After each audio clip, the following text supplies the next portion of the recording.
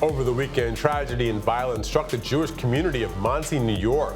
The person responsible is now charged with a federal hate crime. We'll have more on that as the story develops, and you can see our recent discussion on anti-Semitism on the Remedy for more on the political environment.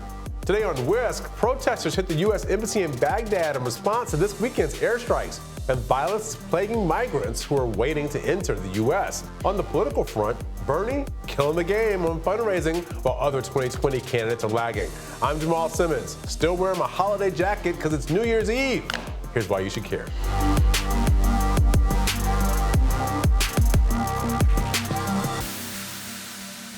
Presidentsanders, that's the hashtag that was trending on Twitter this week as supporters of Democratic presidential candidate Bernie Sanders took stock of his strong and steady campaign. Sanders is killing the fundraising game as his campaign announces the latest haul, which means he leads other Democratic contenders. According to the New York Times, Sanders gained 4.86 million contributions with an average of $18 per donation.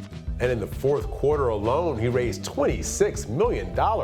As I mentioned a second ago, the hashtag Presidentsanders started trending yesterday as supporters of the Vermont senator congratulated him on social media. A recent Politico report read, "Suddenly, Bernie Sanders' presidential campaign is actually being taken seriously," referring to the doubts media and political officials have reportedly cast on the chances of Sanders winning the election.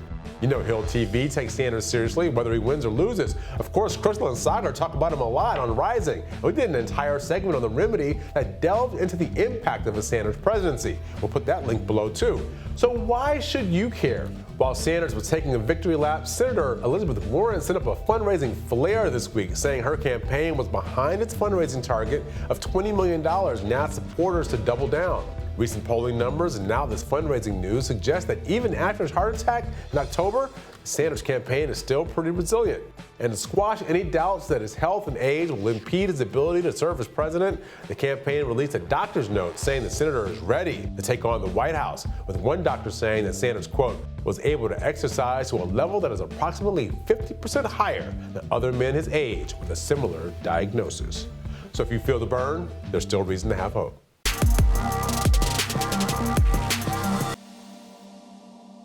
Nothing in the Middle East is ever easy, and the U.S. and Iraq have had a complicated relationship since the first Persian Gulf War almost 30 years ago. Iraqis, Americans, and Iranians are all circling and poking at each other in airstrikes, protests, and statements of condemnation today in Iraq. Here's what we know. One American contractor was killed and several other Americans and Iraqi forces were wounded in an attack from an Iraqi militia said to be backed by Iran. The U.S. responded with airstrikes that killed 25 and wounded perhaps 50 others.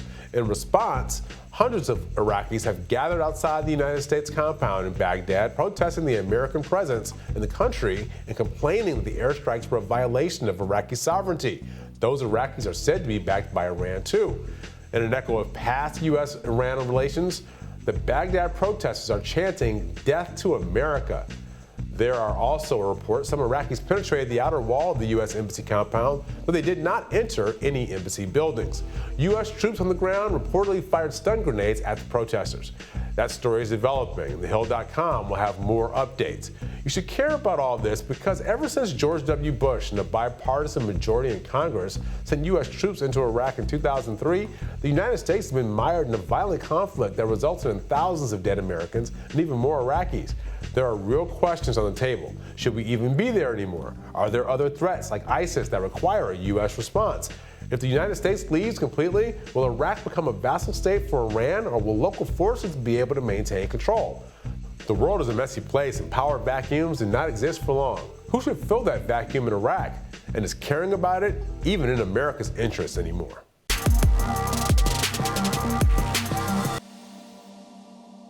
After spiking earlier this year, the number of migrants crossing the U.S.-Mexico border dropped dramatically.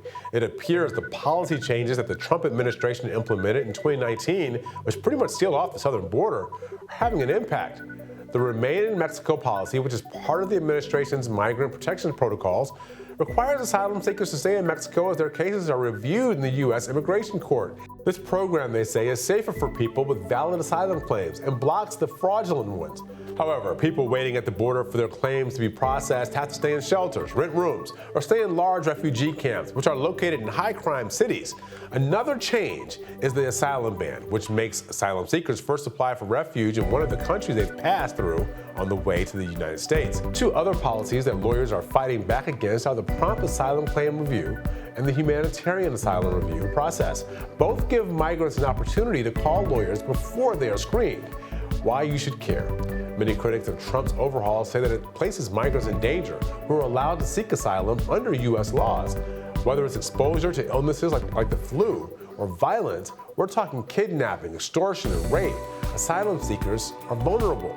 Also, experts point out that other countries do not have adequate protections in place for refugees.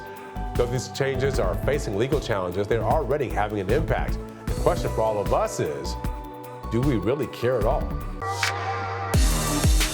Thanks for watching Hill TV on YouTube.